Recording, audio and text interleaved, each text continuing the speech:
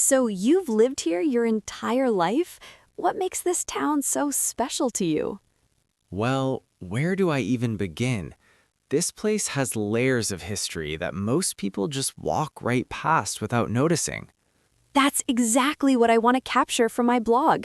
Give me the real story, not the tourist brochure version. All right, picture this. 300 years ago, this was just a tiny fishing village. Now it's a bustling coastal city with over 500,000 people. That's incredible growth. What triggered such a transformation? The harbor. Once they deepened it in the 1880s, massive ships could dock here. Commerce exploded overnight.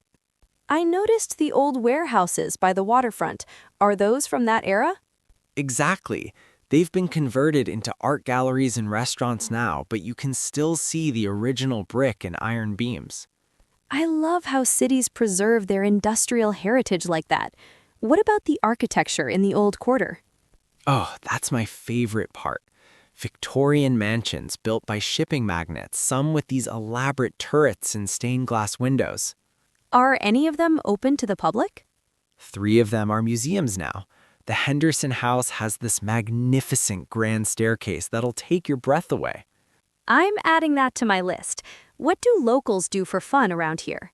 The boardwalk is always packed on weekends. There's live music, food vendors, street performers. It's got this electric energy. Sounds like the heart of the community. Is the town pretty diverse? Incredibly diverse. We've got neighborhoods where you can hear 5 different languages just walking down one street. That must make for an amazing food scene. You have no idea. Ethiopian, Vietnamese, Mexican, Lebanese, some of the best restaurants are tiny family-owned places tucked away in residential areas. Those are always the best finds. One last question. If I only had one day here, what's the one thing I absolutely cannot miss? Trust me, it'll change how you see this entire town. Welcome to Riverside. I know you're considering relocating here, so let me paint you the full picture. I appreciate that. I've done some online research, but nothing beats local insight. What's the vibe here? It's this perfect blend of suburban tranquility and urban convenience. You're 20 minutes from downtown, but it feels like a completely different world. That commute time is really appealing. What about schools? I have 2 young kids. Riverside Elementary just got ranked in the top 5% statewide. The principal there has been implementing innovative programs. Impressive. And the neighborhood itself, is it pretty tight-knit? Extremely. There's a community center that runs events year-round. Summer concerts, fall festivals, winter markets. I love that sense of community. We're moving from a place where nobody even knew their neighbors' names. That won't be a problem here. People actually sit on their front porches and chat with passersby. What about amenities? Grocery stores, gyms, that sort of thing? Everything's within a 5-mile radius. There's a new farmer's market every Saturday that's become hugely popular. My family would love that. We try to buy local whenever possible. How's the crime rate? Very low. This area has some of the safest streets in the entire county. Kids ride their bikes around freely. That's reassuring. What about property values? Are they stable? They've been steadily appreciating for the past decade. This is a solid investment, not just a home. I noticed there's a lot of new construction going on. Is the town growing too fast? It's controlled growth. The city council's very protective about maintaining the character of established neighborhoods. Good to know they're thoughtful about development. What do people do for entertainment? There's a restored historic theater downtown that shows independent films and hosts live performances. My husband would love that. He's really into indie cinema. Any good restaurants? Over 50 within the town limits, and they range from casual cafes to upscale dining. You're making this place sound pretty perfect. What's the catch? Every town has downsides. Honestly, winter can be rough. We get significant snowfall, and you'll need to invest in good snow removal equipment. I can handle that. Where I'm from, we barely got winter at all, so that'll actually be a nice change for the kids. I really miss home today. It's been 3 months since I've been back. Tell me about it. What's your hometown like? You never really described it. It's this small mountain town, population maybe 15,000. Everyone knows everyone. That sounds cozy. Must be quite different from this massive city campus. Completely different. Back home, you can't walk down Main Street without stopping to chat with 5 people. I grew up in suburbs where people barely acknowledged each other. That sounds amazing. It has its pros and cons. Privacy is basically non-existent. Your business becomes everybody's business really quickly. Fair point. What do you miss most about it? The mountains. Waking up and seeing these massive peaks right outside your window. The air smells like pine trees and fresh snow. That does sound pretty spectacular. What about things to do? Hiking, skiing, kayaking on the lake. Outdoor activities dominate everything. People arrange their entire lives around the seasons.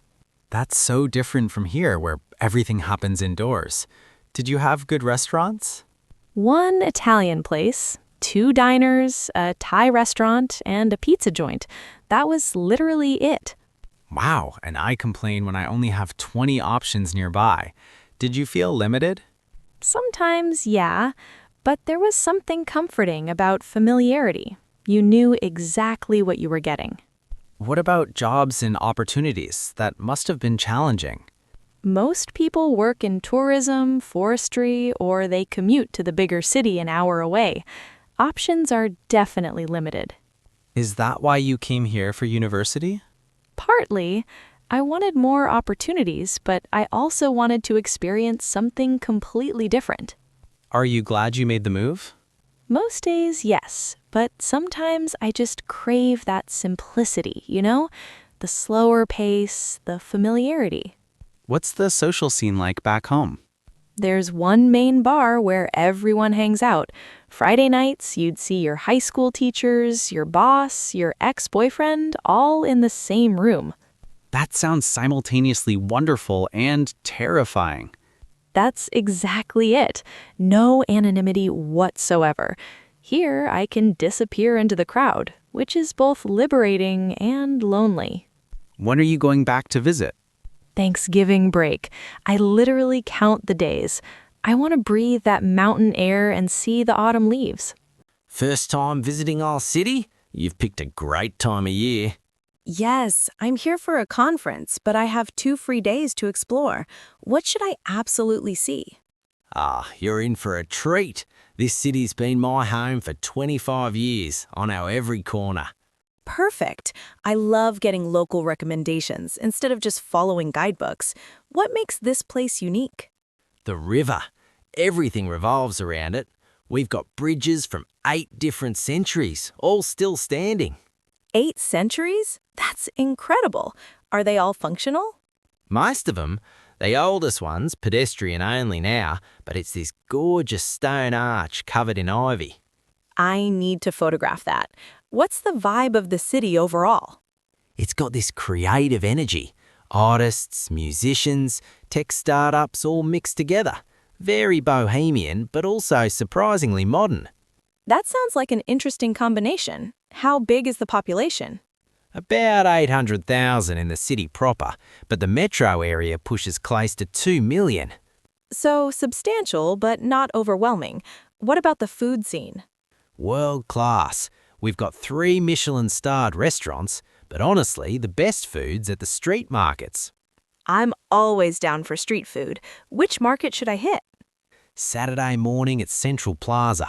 You'll find everything from fresh pastries to grilled seafood to exotic fruits. Adding that to my itinerary, what do locals do for fun? The park system's amazing. Miles of bike paths, open theatres, even a botanical garden that's over 200 years old. This city sounds incredibly livable. Is it expensive? It's gotten pricier in the last decade. Tech companies moving in drive up costs, but it's still reasonable compared to other major cities. What about getting around? Do I need to rent a car? No way. Public transport's excellent. Trams, buses, metro system, I drive a taxi, but honestly, most locals don't own cars. That's refreshing. So environmentally conscious. What about nightlife? Depends what you're into. Jazz clubs, dance clubs, rooftop bars with river views. The theatre district has shows every night. I'm more into live music. Any specific venues you'd recommend? The Blue Note on Harbour Street. Local and international acts, intimate setting, amazing acoustics. Perfect. Last question. What do you love most about living here? The people. This city attracts creative, open-minded folks from everywhere. You can always find your tribe here. You're really selling me on this place. I might need to extend my trip. Thank you for agreeing to this interview, Mayor. Let's talk about how this town has changed over your tenure. It's been a remarkable transformation, truly. When I took office 8 years ago, we were facing serious economic decline. The closure of the textile mills devastated employment. How did the town recover? We had to completely reinvent ourselves. We couldn't bring back manufacturing, so we focused on attracting tech companies and startups. That's a dramatic pivot. Did the existing workforce have the skills for those industries? Not initially. We invested heavily in retraining programs at the community college. Over 3,000 workers went through them. Impressive numbers, but I've heard concerns about gentrification, long-time residents being priced out of their own neighborhoods. That's a legitimate concern, and we're addressing it. We've implemented rent stabilization in certain districts and increased affordable housing construction. Some critics say those measures aren't enough.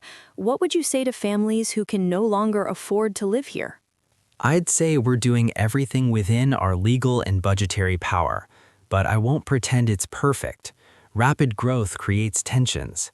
Let's talk about infrastructure. The downtown renovation project has been controversial. Change always faces resistance. We're preserving historic facades while updating interiors for modern use. Business owners complained about losing customers during construction. Several shops closed permanently. That was unfortunate. We offered low-interest loans and temporary rent reductions, but not everyone survived the transition. What about the environmental impact? Green space has decreased significantly with all this development. Actually, we've maintained the same percentage of green space. We've just concentrated it differently, creating larger parks instead of scattered watts. The river cleanup initiative seems to be working. Water quality has improved dramatically. That's one of my proudest achievements. 10 years ago, that river was essentially dead. Now we have fish, birds, even otters returning. What's your vision for this town's future? Where do you see it in 20 years? A sustainable, diverse community that honors its industrial heritage while embracing innovation, a place where multiple generations can thrive. That's aspirational. How do you balance the needs of old-timers versus newcomers? It's the central challenge of my job. We need fresh energy and investment, but we can't lose our character and identity. Some longtime residents say the town's character is already gone, that it's unrecognizable. I understand that sentiment, but towns either evolve or they die. We chose evolution. What would you say is the town's greatest strength right now? Our resilience. This community has survived economic collapse and emerged stronger. That spirit runs deep. And the greatest weakness? Growing pains. We're transitioning faster than some people can adjust to, and that creates real hardship and resentment. Final question. Do you still love this town the way you did when you first ran for office? Even more. It's messy and complicated, but watching it transform has been the honor of my life. You wanted to know what influences my cooking. This town is my primary ingredient. That's poetic. Break that down for me. How does place translate to plate? Look, I grew up here when it was still primarily a fishing community. The ocean shaped everything about our culture. Your menu definitely reflects that maritime heritage, but you're doing something innovative with it. Exactly. I take traditional preparations my grandmother used and layer in modern techniques. Respect the past, embrace the future. I tasted that philosophy in your smoked mackerel dish. Classical flavor profile, but that presentation was thoroughly contemporary. That dish tells the story of this harbor. The smoking technique came from preservation necessity generations ago. Now it's elevated to high cuisine. How has the town's demographic shift influenced your cooking? Massively. 20 years ago, this was culturally homogenous. Now we've got Vietnamese, Portuguese, West African communities. And you're incorporating those influences? Not just incorporating, celebrating them. My sous chef is Senegalese. She's taught me techniques I never imagined. That fusion could go terribly wrong in less skilled hands. How do you maintain authenticity? By listening. I don't just take techniques, I learn the stories behind them, the cultural significance. Give me an example. Our bouillabaisse riff, traditional French technique, but we use local striped bass and add West African spices. I remember that dish. Complex layers without being muddled. What about sourcing ingredients locally? Everything within 50 miles when possible. The farmer's market opens at 6 a.m. and I'm there every Saturday. That commitment shows. The vegetables in your tasting menu were exceptional. This region has incredible agricultural diversity, coastal climate, rich soil, dedicated farmers. How would you describe this town to someone who's never visited? It's a place in transition, still figuring out its identity. That creative uncertainty makes it exciting. Some might say unstable rather than exciting. Fair. But that tension between old and new, that's where interesting things happen, in towns and in kitchens. Your restaurant seems to be thriving despite economic uncertainty in other sectors. People still need to eat, and they're craving authenticity. They want to taste place, story, heritage. What's been the community response to your success? Mixed. Some locals think I'm too fancy now, too expensive. Others are proud to have us putting this town on culinary maps. How do you navigate that divide? We do a monthly community dinner. Fixed price, accessible, but still showcasing what we do best. That's commendable. What does the future hold for dining in this town? More diversity, more innovation, but hopefully always rooted in this place, the sea, the soil, the people. You want to know about this town's history? I've watched it change for nearly 7 decades. That's exactly why I wanted to interview you. You've witnessed transformations that most people only read about. When I was a child, this main street had 5 movie theaters, 3 bookstores, and a grand hotel. What happened to all those institutions? Time, economics, changing tastes.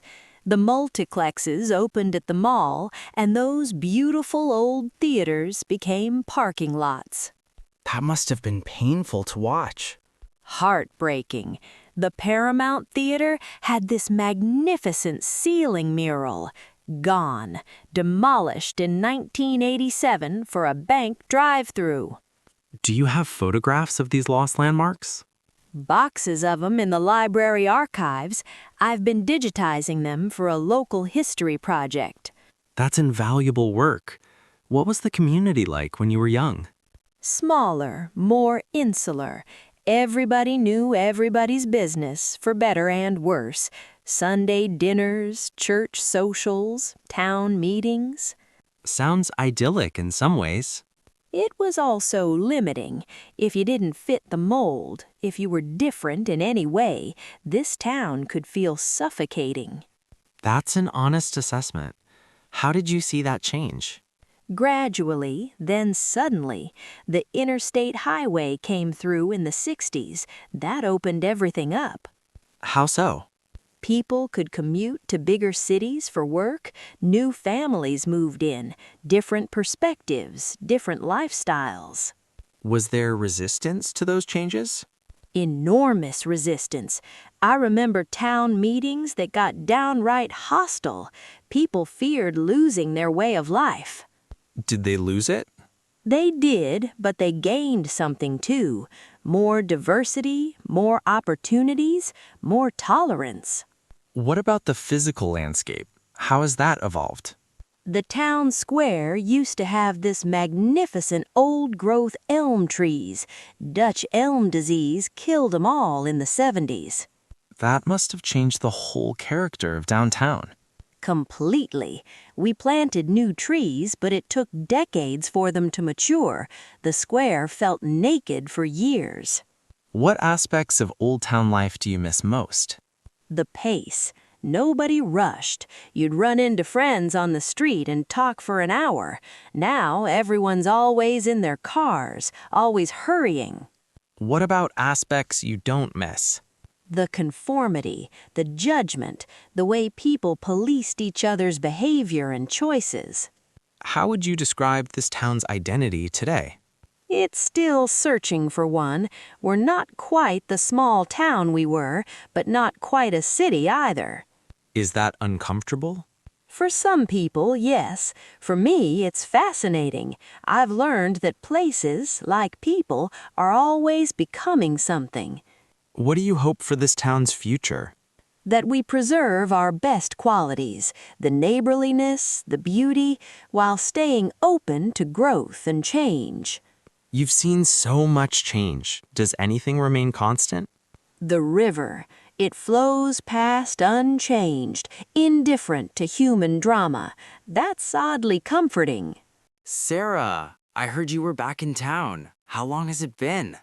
Mr. Richardson, 10 years since graduation. I'm here visiting my parents. You've done remarkably well. I followed your career. Silicon Valley, right? Yeah, tech startup that actually survived. It's been quite a ride. I always knew you'd do something significant.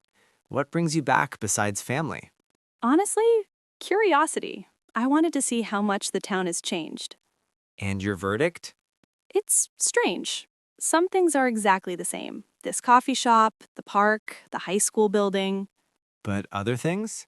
The vibe is different. It feels more diverse, more connected to the wider world somehow. The students reflect that change. I have kids in my classroom from 6 different countries now. That's amazing. When I was there, the school was pretty homogenous. It's enriched the learning environment tremendously, though it's created new challenges too. Like what? Language barriers, cultural adjustments, resource limitations. We're doing our best with what we have.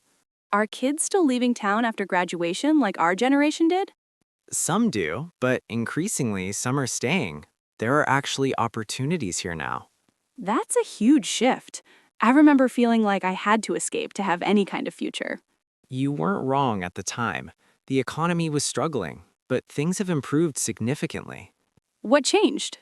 Investment in infrastructure, tax incentives for businesses, better internet connectivity. Small things that added up. Do you ever wish you'd left, pursued opportunities elsewhere? Sometimes, honestly.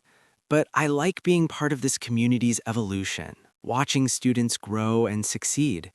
That's a good life. More meaningful than what I do, probably. Don't undervalue your achievements. You're proof that kids from this town can compete anywhere. Have you thought about where this town will be in another 10 years? If current trends continue, we'll be more connected, more diverse, hopefully more prosperous. Any concerns? That will lose our character in the pursuit of growth. That will become generic like everywhere else. That's a valid fear. Every place I've lived feels increasingly similar.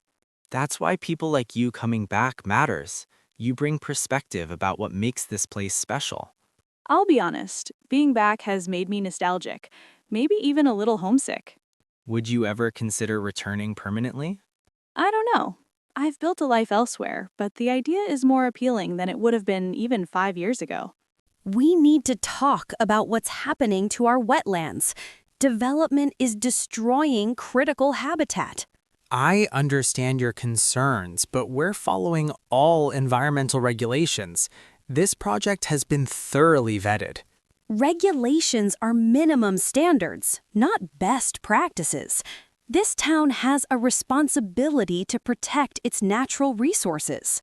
We're balancing multiple priorities: economic growth, housing needs, environmental protection. It's complex.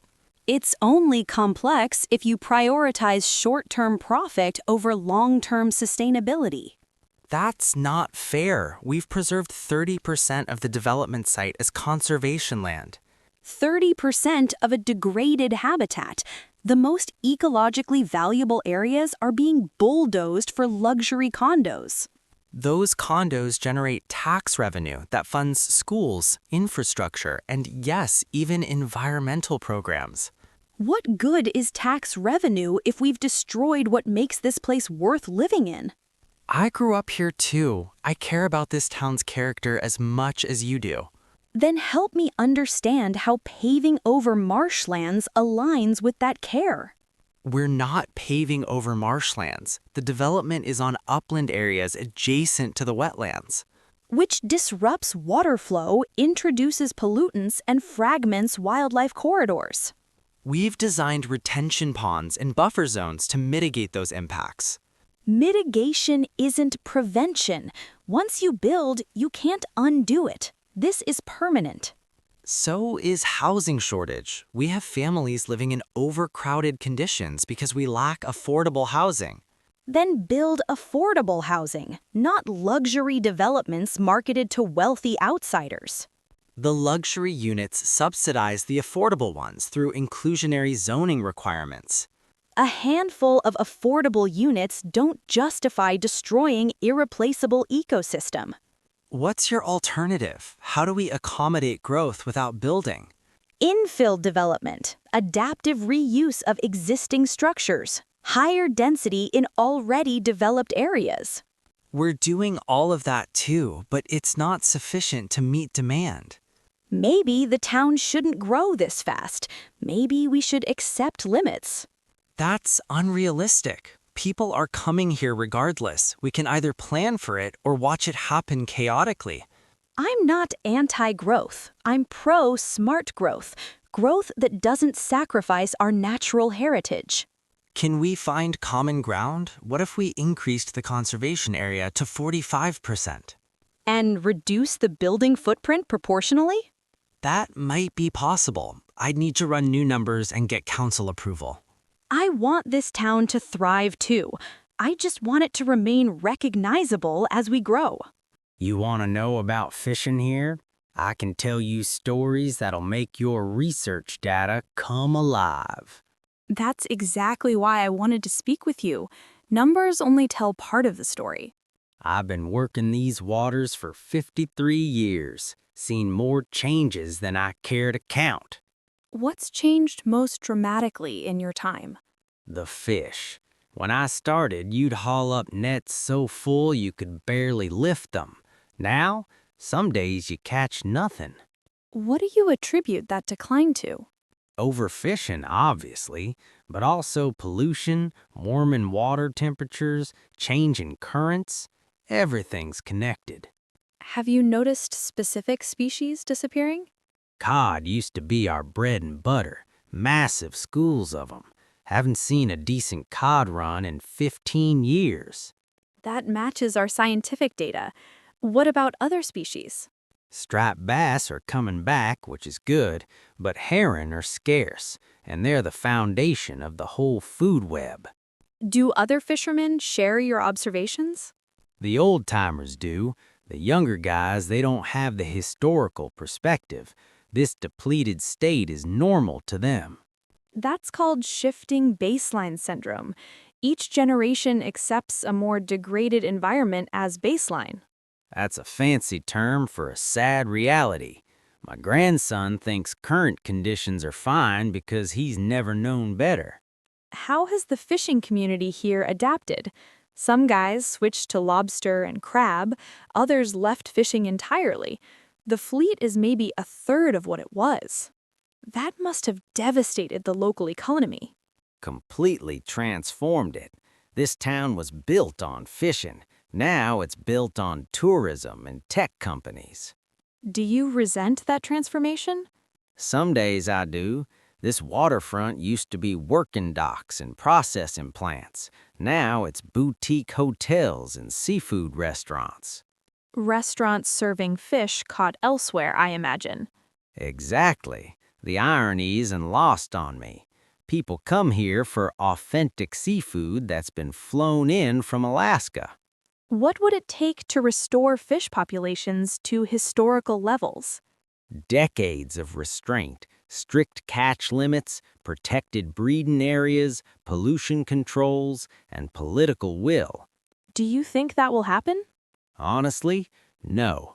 Too many competing interests. Everyone wants something different from these waters. That's disheartening. It is what it is. I've made peace with it. I had a good run, caught plenty of fish, made a decent living. What would you want people to understand about this town and its relationship to the ocean? That the ocean isn't just scenery. It's not just for recreation. It's a living system that's sustained communities for generations. And that system is breaking down. Has been for decades. Most people don't notice because they didn't know what came before. Your knowledge and experience are invaluable. Have you considered documenting your observations more formally? I'm just an old fisherman. Who'd listen to me? Scientists like me, policymakers, historians, your perspective matters enormously. Maybe I'll write some things down, for my grandson at least, so he knows what this place used to be.